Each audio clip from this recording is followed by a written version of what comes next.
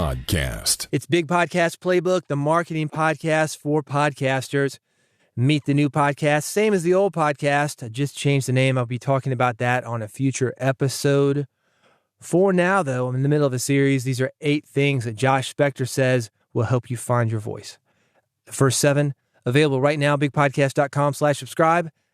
It's very easy to get them. 1 click is all it takes. iPhone, Android, RSS feed. Go there now, bigpodcast.com/subscribe to get those first 7. This one, is this going to help you find your voice? He says, pay attention to yourself. That's number 8. Think about conversations you have with yourself. Notice what excites you, what repels you, what thrills you. Listen to your instincts and trust your guts. Your body, brain, and soul know your voice and can guide you in its development. You just have to listen. You know what to do. Now go do it. Let's break that down. Should you pay attention to yourself? Absolutely. Should you listen to yourself? Yes, do it. The conversations you have with yourself, though, not always accurate. Going through this list, I'm going to pick and choose some of these because some of these are great, but you have to understand the full concept behind them. You can't just say, oh, well, showcase your flaws. That was number 3.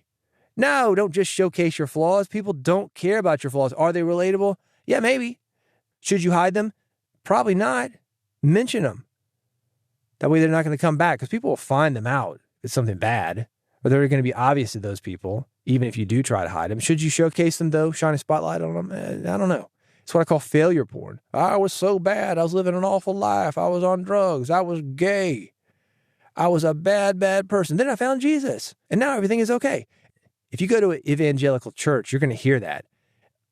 Say it's a 20-minute speech, 15 minutes, maybe 19 minutes of how bad somebody was. Then I found Jesus, and everything's okay. That's showcasing your flaws. Does it excite the voyeur in people? Sometimes. Does it get clicks? Yeah, sometimes. But is it really what you want to do? I'm talking about finding your voice. That was who you were. What about who you are? This whole series, all about finding your voice. And going back to the current thing, paying attention to yourself, the conversations that you have with yourself. Let's use that as an example, the failure porn example, showcasing your flaws. The conversations that you had with yourself back then, back when you were leading such a bad lifestyle, you were on drugs, you're gambling, hiring hookers. That conversation, maybe not helpful. Now, to be clear, he is saying pay attention to yourself. But sometimes we're not aware of what we are, where we are, who we want to be, what excites us. That's a totally different conversation between the before and after of that person. What repels us, same thing. Listen to your instincts and trust your guts. Maybe. And this is about finding your voice, not necessarily being a successful podcaster. I see podcasters fall into 2 camps. 1, podcasters will only look at the data. For me, that takes the fun out of it, the data. The data oftentimes is going to have you going back to the failure porn, what I call star bangers. You get more extreme and more extreme and more extreme because you're feeding the dopamine that comes from those clicks. You're looking at those numbers thinking, no, I don't want to go down. I want to go up. So you ratchet up the intensity of things. What this podcast does, I hope it does, what I try to do is have you be an effective podcaster. I've said this at the beginning of episodes. Get more people to pay attention to you, pay money with you, do business with you, spread the word about you. Not just click and give you a little bit of attention. So should you pay attention to yourself? Maybe, but you got to trust yourself. You got to be seated in yourself before you do that. And the conversations that you're having with yourself, it is easy to fool yourself when you're in the throes of, oh my gosh, I got to get more listeners. I got to get more attention. I've seen so many people get caught up in that trap.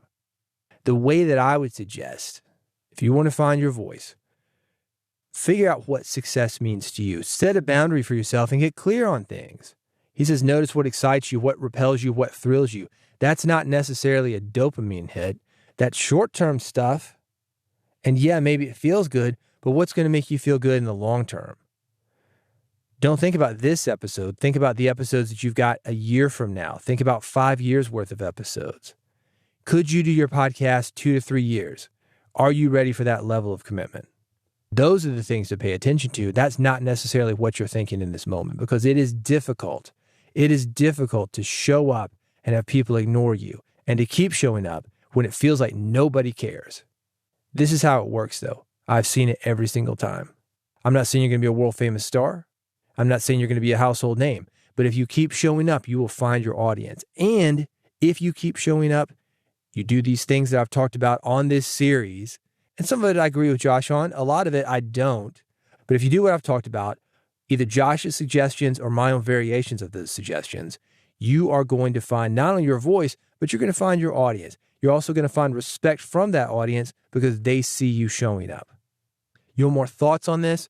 I've got them there, bigpodcast.com. You can go there and you can subscribe to this podcast, bigpodcast.com/subscribe.